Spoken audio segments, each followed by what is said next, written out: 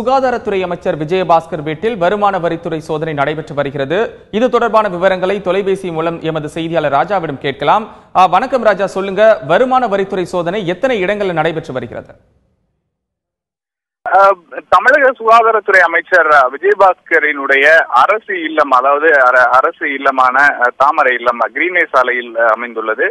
அந்த இல்லத்திலேயே தற்பொழுது சோதனையானது நடைபெற்று வருகிறது. அதே போன்று அமைச்சர் விஜயபாஸ்கருக்கு நெருங்கிய உறவினர்கள் மற்றும் அவர்களுடைய தொடர்புடையவர்கள் என 30 இடங்களில் இந்த வருமான வரி சோதனையானது இன்று அதிகாலை முதல் நடைபெற்று வருகிறது.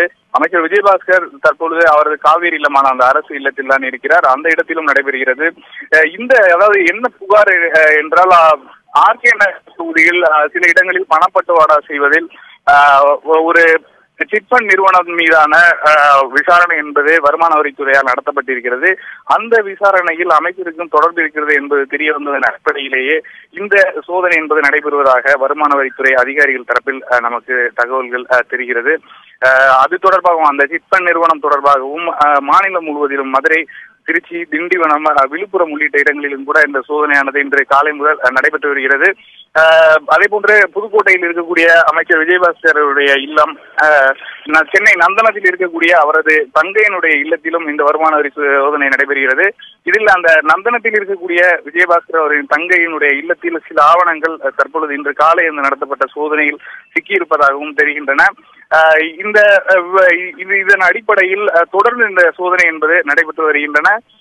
குறிப்பாக ஆர்கே நகர் தொகுதிக்கு பணப்பட்டுவாடா செய்யப்பட்டதாகவே இந்த புகார் என்பது தெரிவிக்கப்பட்டு அதன் அடிப்படையிலேயே இந்த சோதனை என்பது நடைபெறுவதாக நமக்கு அந்த வருமான வரித்துறை தரப்பில் இருந்து தகவல்கள் கிடைக்கின்றன.